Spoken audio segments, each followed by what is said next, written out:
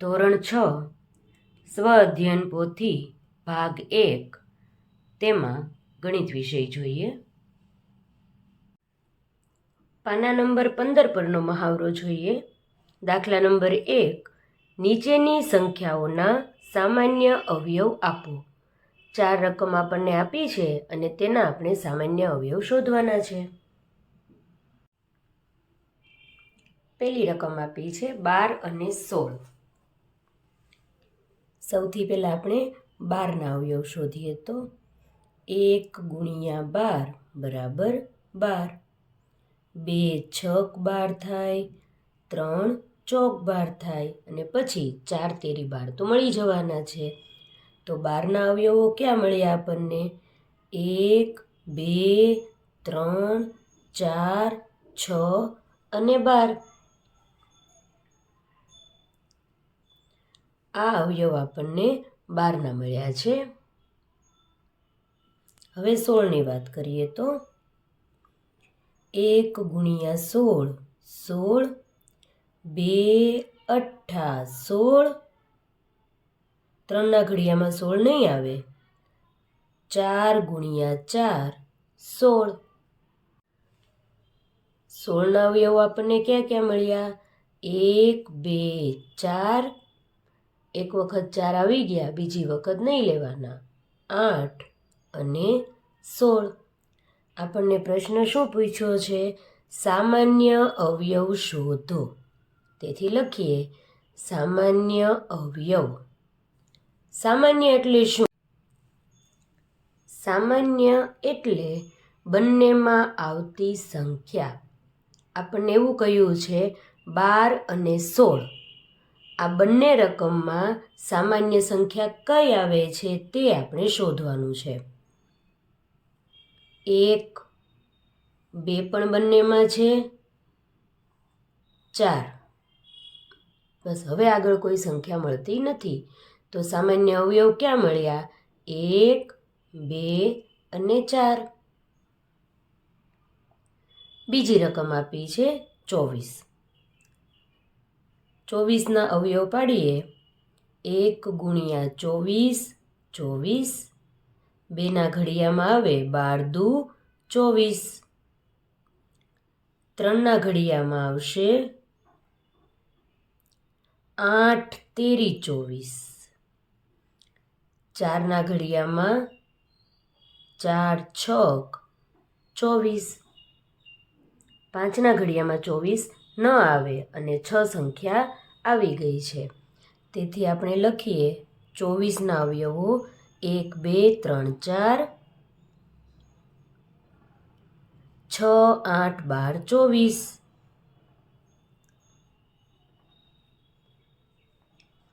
હવે જોઈએ આપણે 36ના અવયવો.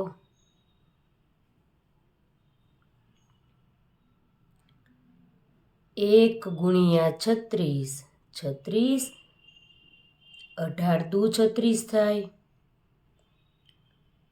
12 તેરી પણ 36 થાય,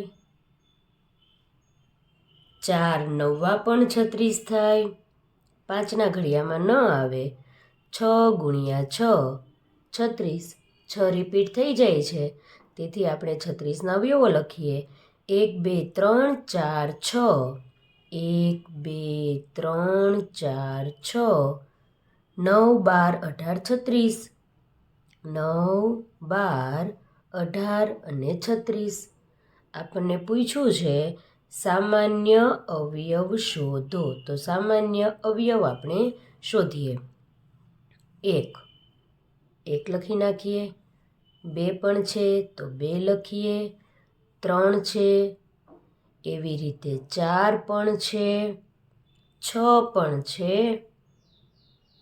હવે છે કોઈ? હા, 12. તો સામાન્ય અવયવ ક્યાં મળ્યા? 1, 2, 3, 4, 6, 12. ત્રીજી રકમ છે 15 અને 35. પહેલાં આપણે અહીંયા 15ના અવયવ જોઈએ.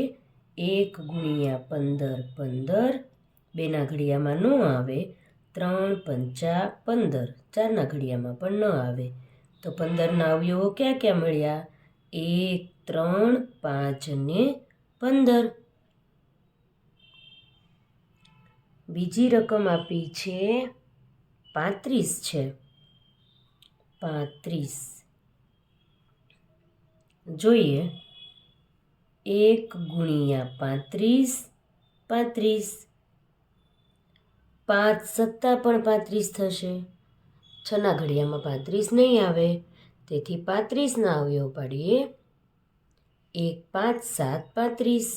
1, 5, 7, 35. આપણને પૂછ્યું છે સામાન્ય અવયવ શોધો. તો સામાન્ય અવયવ આપણે લખીએ 1, 5. બસ 2 જ મળ્યા, 1 અને 5. ચોથી રકમ આપી છે 42 અને આ બાજુ લખીએ 21.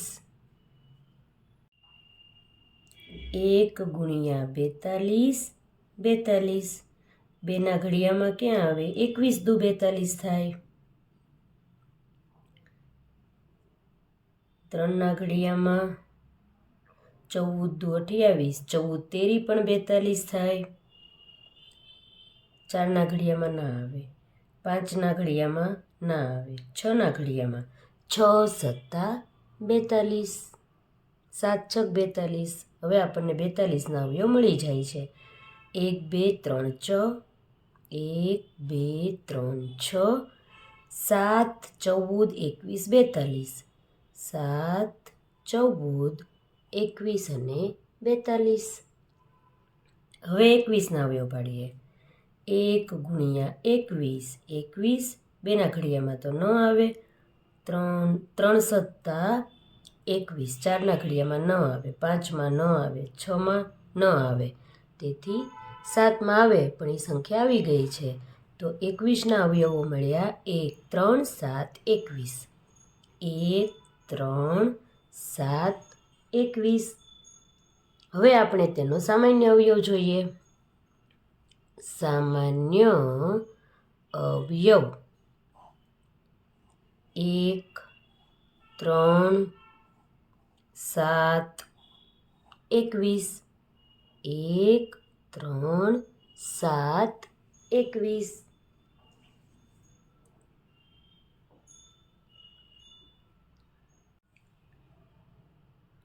પ્રશ્ન 2 આપણને આપ્યો છે. નીચેની સંખ્યાઓનો સૌથી મોટો સામાન્ય અવયવ આપો. અલગ અલગ બબ્બેની જોડીમાં સંખ્યા આપી છે અને તેમાં બધા સામાન્ય અવયવ નથી લખવાના, માત્ર ને માત્ર સૌથી મોટો સામાન્ય અવયવ જે હોય તે એક જ અવયવ આપણે લખવાનો છે. પહેલી રકમ આપી છે 13 અને 26. સૌ પહેલાં તો આપણે અવયવ પાડવા જ પડશે. 1 ગુણ્યા 13, 13. બાકી તો 13 કંઈ નહીં આવે. 1 ગુણ્યા 26, 26. 2 ગુણ્યા 14 નહીં, 2 ગુણ્યા 13, 13 દુ 26 થાય. 13 દુ 26. 3, 4, 5, 6. એક પણ ઘડિયામાં આવશે નહીં, અવયવ એટલા જ પડે છે. તો સૌથી પહેલાં આપણે 13ના અવયવ લખીએ 1 અને 13, બસ. અને હવે આપણે 26ના અવયવ લખીએ 1, 2, 13, 26. 1, 2, 13 અને 26. આપણને સૌથી મોટો સામાન્ય અવયવ કીધું છે, પણ આપણે પહેલાં સામાન્ય અવયવ લખી નાખીએ. સામાન્ય અવયવ આગળના દાખલામાં કર્યું હતું, તેથી 1 અને 13 આ એના સામાન્ય અવયવ છે. અને આપણને પૂછ્યું છે સૌથી મોટો સામાન્ય અવયવ. 1 અને 13માં મોટું કોણ છે? 13. તેથી જવાબ આવશે 13. હવે બીજી રકમમાં અવયવ પાડીએ 10 અને 40. 1 ગુણ્યા 10, 10. 2 પંચા 10. 40ના અવયવો પાડીએ. 1 ગુણ્યા 40 40, 2 ગુણ્યા 20 40, 3ના ઘડિયામાં નહીં આવે. 4 ગુણ્યા 10 40, 5 અઠ્ઠા 40, 7ના ઘડિયામાં ન આવે. તો 10ના અવયવો ક્યાં મળ્યા આપણને? 1 2 5 10, 1 2 5 10. અને 40ના અવયવો ક્યાં મળ્યા આપણને? 1 2 4 5, 1 2 4 5, 8 10 20 40, 8 10 20 40. હવે સામાન્ય અવયવ શોધીએ. 1 2 5 10. તો સૌથી મોટો કયો છે? 10. તેથી લખીએ સૌથી મોટો સામાન્ય અવયવ બરાબર 10.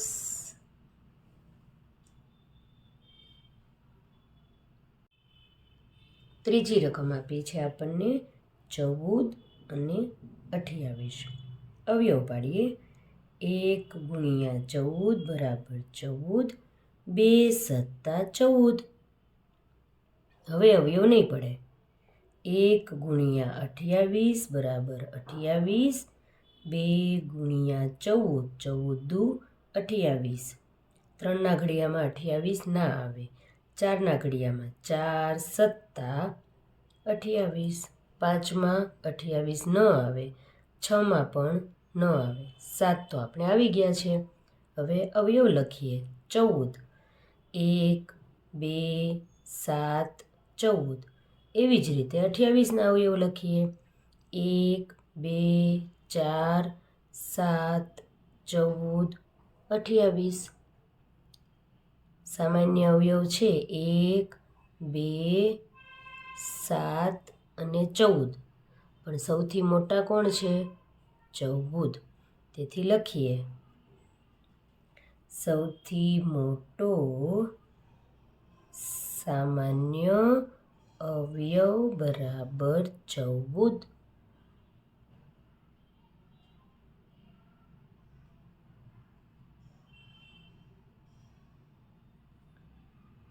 ચોથી રકમ છે 30 અને 45.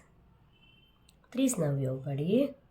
1 ગુણ્યા 30 બરાબર 30, 15 દુ પણ 30 થાય.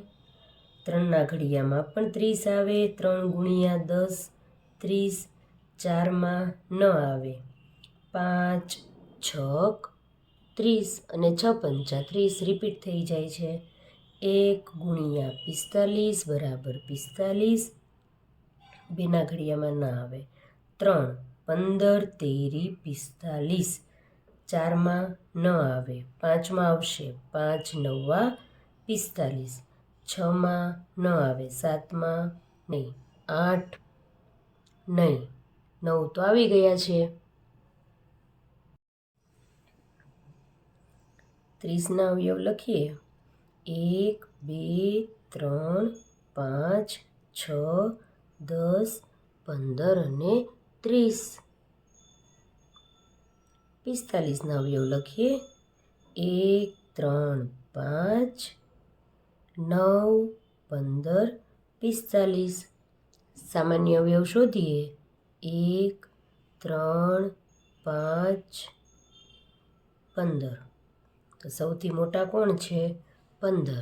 તેથી લખીએ સૌથી મોટો સામાન્ય અવયવ બરાબર 15.